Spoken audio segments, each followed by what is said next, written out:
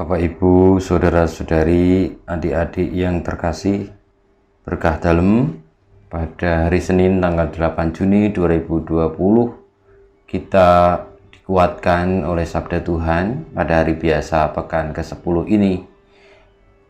Sabda Tuhan yang akan kita dengarkan dari Injil Yesus Kristus menurut Matius, bab 5 ayat 1 sampai dengan 12. Marilah kita mengawali permenungan dengan berdoa. Dalam nama Bapa, Putra, dan Roh Kudus. Amin. Allah Bapa sumber kehidupan, Engkau senantiasa menjaga hidup kami dengan rezeki hidup sehari-hari. Buatlah hati kami semakin terbuka akan karya-Mu, dan penuhilah kami dengan sukacita, dengan pengantaraan Yesus Kristus Putra-Mu Tuhan kami, yang bersama dengan Dikau dalam persatuan Roh Kudus hidup dan berkuasa, Allah sepanjang segala masa. Amin.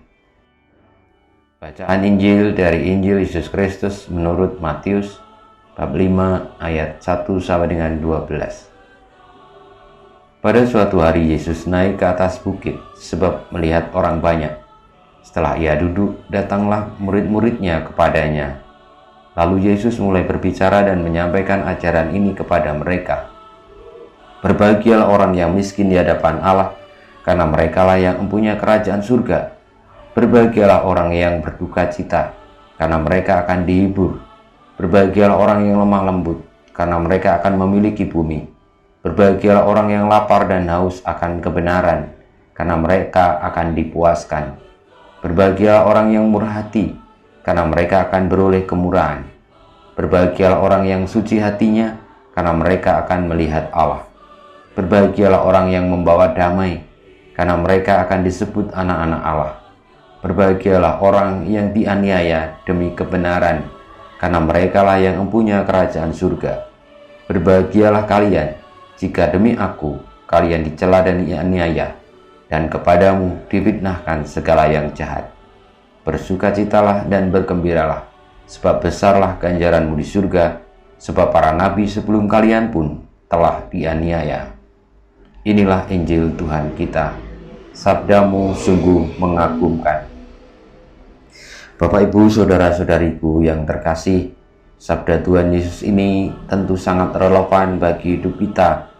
Kita diajak untuk selalu bahagia dengan situasi yang kita alami, apapun itu. Terlebih ketika kita boleh berbagi kebahagiaan dengan sesama, yakni seperti yang disebutkan oleh Tuhan Yesus tadi. Karena inti dari kebahagiaan adalah ketika kita miskin di hadapan Allah, ketika kita boleh berduka cita karena kebenaran, yang lemah lembut hatinya, orang yang selalu haus dan lapar akan kebenaran, yang murah hati dan yang suci hatinya, orang yang membawa damai. Itulah inti dari kebahagiaan kita. Maka saudara-saudariku, dalam situasi seperti sekarang ini, jangan lelah untuk berbagi kebahagiaan dengan selalu mengikuti dan melaksanakan yang disabdakan Tuhan Yesus. Ketika kita mengalami berbagai macam kesulitan dan penderitaan, dan itu demi kebaikan, demi kebenaran, demi keadilan, saat itulah kita boleh bahagia. Sebab tidak ada yang lebih membahagiakan di dunia ini selain melaksanakan sabda Tuhan demi keselamatan kita dan seluruh dunia. Kita mohon berkat Tuhan, kemuliaan kepada Bapa dan Putra dan Roh Kudus, seperti pada permulaan, sekarang, selalu, dan sepanjang segala abad. Amin. Tuhan Yesus Kristus, jadikanlah hati kami seperti hati-Mu. Tuhan bersama-Mu dan bersama Roh-Mu, kita semua, hidup kita, karya-karya kita, perjuangan kita, untuk semakin memiliki hati seperti hati Yesus, senantiasa dibimbing, dilindungi, diberkati oleh Allah yang Maha Kuasa, Bapa dan Putra dan Roh Kudus. Amin.